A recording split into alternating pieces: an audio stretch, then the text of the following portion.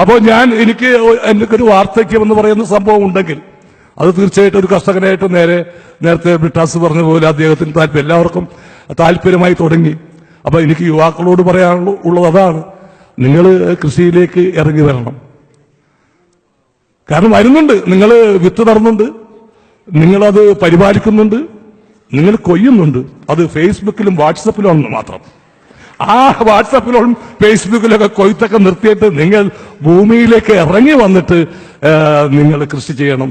അപ്പൊ ഞാൻ ചേലാമ്പ്ര എന്ന് പറയുന്ന ഒരു സ്കൂളിൽ, നാരായണൻ നായർ മെമ്മോറിയൽ സ്കൂളിൽ പോയപ്പോൾ അവിടുത്തെ കൃഷി ചെയ്ത് അത് വിറ്റ പൈസ കൊണ്ട് ഈ അടുത്ത ദിവസം സ്പീക്കർ ശ്രീരാമകൃഷ്ണനൊക്കെ ഉണ്ടായിരുന്നു. അപ്പൊ ആ ചടങ്ങിൽ ചെന്നപ്പോൾ അവിടുത്തെ പൈസ, നെല്ല് വിറ്റ പൈസ, വെന്ത വെളിച്ചെണ്ണയൊക്കെ ഈ പിള്ളേര് വിറ്റ പൈസയും കൊണ്ട് അവരുടെ ഒരു സുഹൃത്തിന്, സഹപാഠിക്ക് ഒരു വീട് വെച്ചു കൊടുത്തു എന്നുള്ള, ഞാൻ ഇതുവരെ അങ്ങനെ കേരളത്തിൽ ഒരു സ്ഥലത്തും കേട്ടിട്ടില്ല.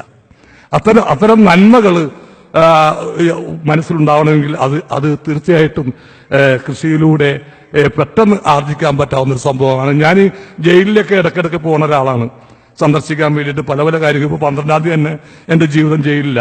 അപ്പോൾ അവിടെ ചെന്ന് അവരെയൊക്കെ ഇട്ട്, കുറ്റവാളികളൊക്കെ ഇട്ട് ഒക്കെ, അവിടുത്തെ അന്തേവാസികളൊക്കെ ആയിട്ട് പരിചയപ്പെടുമ്പോൾ ഞാൻ അവരുടെ ജോലികളും കാര്യങ്ങളൊക്കെ ചോദിച്ചു. ഒരു കർഷകനെ പോലും എനിക്ക് അവിടെ കാണാൻ സാധിച്ചിട്ടില്ല.